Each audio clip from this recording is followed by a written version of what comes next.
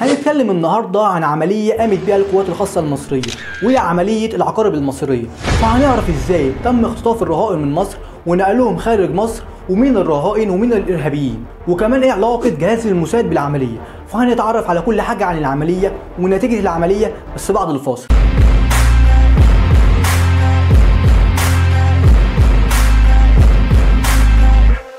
سنة 2008 شهر سبتمبر زار مصر فوج سياحي.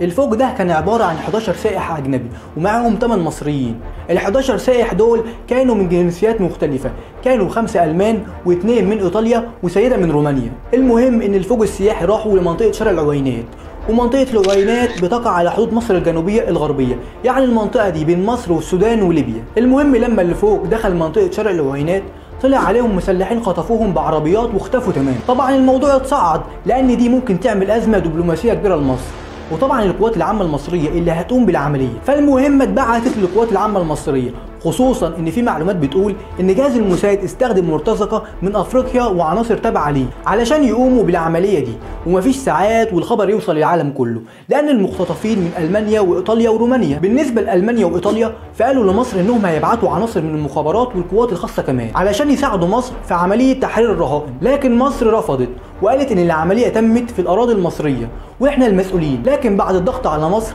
وافقت مصر، بس عرفتهم ان مصر هي اللي هتقود التحركات كلها، ومش هتخرجوا من مطار شرق العوينات غير بامر من مصر، وده لو القوات المصريه احتاجتهم. والقوات الالمانيه والايطاليه وصلوا مطار شرق العوينات بمصر. نشوف بقى قوات المخابرات العامه المصريه اللي قدروا يعرفوا خط سير العناصر الارهابيه وعملوا تتبع بالقمر الصناعي، وكانت النتيجه ان هم عرفوا ان الارهابيين خرجوا من مصر لليبيا، وبعدين دخلوا من ليبيا للسودان، ومن السودان لتشاد. طبعا جهاز المخابرات العامه المصريه الرجاله بتوعه في كل حته في العالم وخصوصا افريقيا، فجهاز المخابرات العامه المصريه قدر انه يجمع معلومات عن هويه الارهابيين ومكانهم هم والرهائن، والمعلومات بتقول انهم احتجزوهم في معسكر بدوله تشاد، والمعسكر ده شديد الحراسه. وجهاز المخابرات العامه عرفوا كمان انهم معاهم تليفونات متوصله بالقمر الصناعي، وده طبعا معناه ان دي مش عمليه عاديه وفي دعم كبير للعناصر الارهابيه دي. بالنسبه لقائد الارهابيين دول واحد اسمه بخيت اتواصل مع المانيا وطلب منهم فديه 6 مليون يورو، والفلوس دي طبعا مقابل ارواح الرهائن. فالمانيا عرفت مصر،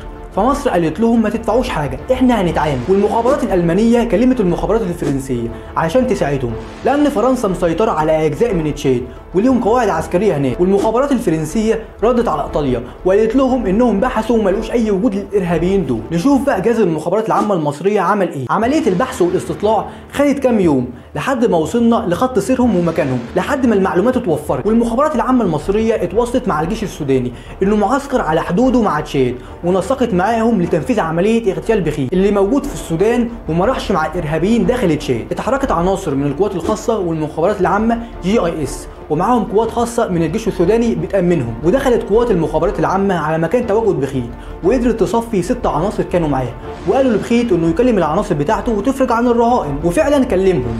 لكن واحد من عناصر بخيت يتدخل وحصل تبادل لاطلاق النار، وواحد من افراد الجيش السوداني قتل بخيت. والعناصر الارهابيه اللي في تشاد حاولوا يتواصلوا مع بخيت فما لقوش رد، فلغوا عمليه الافراج عن الرهائن، وتبدا القوات الخاصه المصريه من اول تاني تشوف حل. وفي نفس الوقت القوات الخاصه التابعه لايطاليا والمانيا عاوزين يشاركوا في العمليه، والمخابرات الاوروبيه كلها بتحاول تجيب معلومات، لكن مصر بترفض وتقول ان العمليه تخص امن مصر. المهم ان القوات الخاصه اخيرا عرفت مكان المعسكر التابع للقوات الارهابيه، وقدر عنصر من عناصر المخابرات العامه المصريه يتسلل داخل المعسكر، وعرف عدد عناصر الارهابيه وتسليحهم واماكن تواجد الرهائن، وصور كل حاجه ورجع. وجي وقت تنفيذ العمليه. القوات المسلحه المصريه بعتت قوات الوحده 3 ساعات، ودي اتكلمنا عنها في حلقه هسيبها لحضرتك في الوصف. المهم ان الوحده 3 ساعات قتال متخصصه في العمليات اللي من النوع ده داخل وخارج مصر، فتم التجهيز للعمليه من جهاز المخابرات العامه، والوحده 3 ساعات قتال كمان. والخطه ان يتم الهجوم على المعسكر بعمليه خاطفه مع الحفاظ طبعا على ارواح الرهائن. والقوات الخاصه تبع لايطاليا والمانيا يطالبوا تاني المشاركه في العمليه، لكن مصر بترفض. المهم ان اتحركت طيارتين بالليل فيهم 30 عنصر من نخبه القوات الخاصه المصريه والمخابرات العامه، وعملوا عمليه انزال قرب معسكر ارهابيين في تشاد. المعسكر كان فيه حوالي 35 عنصر ارهابي متوزعين لحراسه المعسكر. حوالين المعسكر كل واحد كان واخد مكانه، ففي فريق القناصه واخدين مكانهم، وفي فريق الاقتحام في مكانهم، وفريق التأمين، وفريق الدعم مستعد. الساعة جت 6 الصبح وكان في تفجير على بعد خطوات من معسكر الإرهابيين. العناصر الإرهابية بيتوجهوا ناحية الانفجار، ولقوا القوات مستنياهم وعاملين كمين، وتم قتلهم.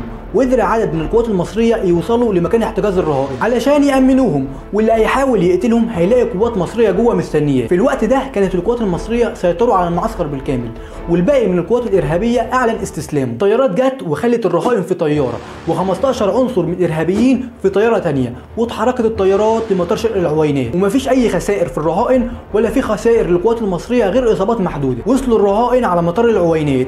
بعدين القوات المصريه خدت السياح الاجانب والمصريين على طيار ينقلوهم من مستشفى معادي العسكري لفحصهم علشان يطمنوا على سلامتهم. والعناصر الارهابيه راحت على المخابرات العامه علشان يتحقق معاهم. ده حتى اثناء اجتماع مباشر للرئيس مبارك يروح له المشير طنطاوي ويقول له الرهائن وصلوا يا فندم، فيقول له الرئيس مبارك مسكتوا الناس ولا لسه؟ وكان قصده طبعا على الارهابيين.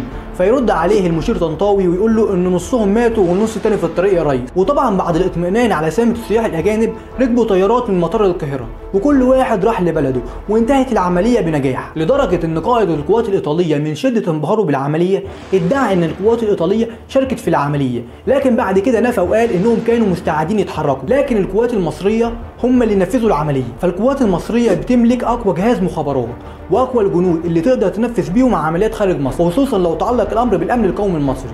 فكده اكون خلصت، واتمنى ان اكون شرحت لحضرتك شرح مبسط، ويا رب نصر مصر. سلام عليكم.